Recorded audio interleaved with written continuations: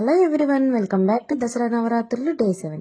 ఈ దేవి నవరాత్రులలో మన అమ్మవారికి 7వ రోజు ప్రసాదంగా పెట్టుకునే పులిహోరని ఎలా తయారు చేసుకోవాలో చూద్దాం. ముందుగా స్టవ్ ఆన్ చేసి గిన్నె పెట్టేసుకొని అందులో 2 టేబుల్ స్పూన్స్ వరకు ఆయిల్ యాడ్ చేసుకోవాలి.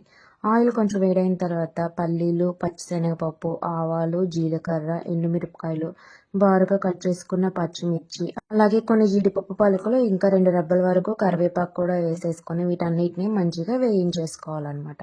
ఈ పల్లీలు ఇవన్నీ బాగా వేగిపోయిన తర్వాత ఇందులో చిటికెడు ఇంగువ, అలాగే ఒక 1/2 టేబుల్ స్పూన్ వరకు పసుపు కూడా యాడ్ చేసేసుకోవాలి తాలింపులోని. ఇలా యాడ్ చేసేసుకున్న తర్వాత వీటన్నిటిని ఒకసారి మంచిగా మిక్స్ చేసుకోవాలి.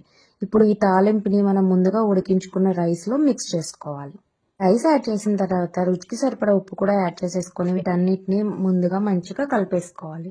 రైస్ వేడిగా ఉన్నప్పుడు నిమ్మరసాన్ని అందులో యాడ్ చేయకూడదు. యాడ్ చేస్తే చేదు వస్తుంది అనమాట. అందుకే రైస్ కొంచెం చల్లారిన తర్వాత మనం నిమ్మరసాన్ని యాడ్ చేయాలి. ఒక నిమ్మకాయ రసాన్ని అయితే యాడ్ చేశాను.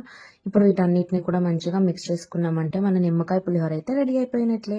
చక్కగా ఇలా నిమ్మకాయ పులిహోర ప్రిపేర్ చేసుకొని అమ్మవారికి నైవేద్యంగా పెట్టేసుకోవటమే. వీడియో నచ్చితే లైక్ చేయండి. అలాగే ఇలాంటి మరిన్ని వీడియోస్ కోసం మన ఛానల్ని సబ్స్క్రైబ్ చేసుకొని పక్కనే ఉన్న బెల్ ఐకాన్ని క్లిక్ చేయండి.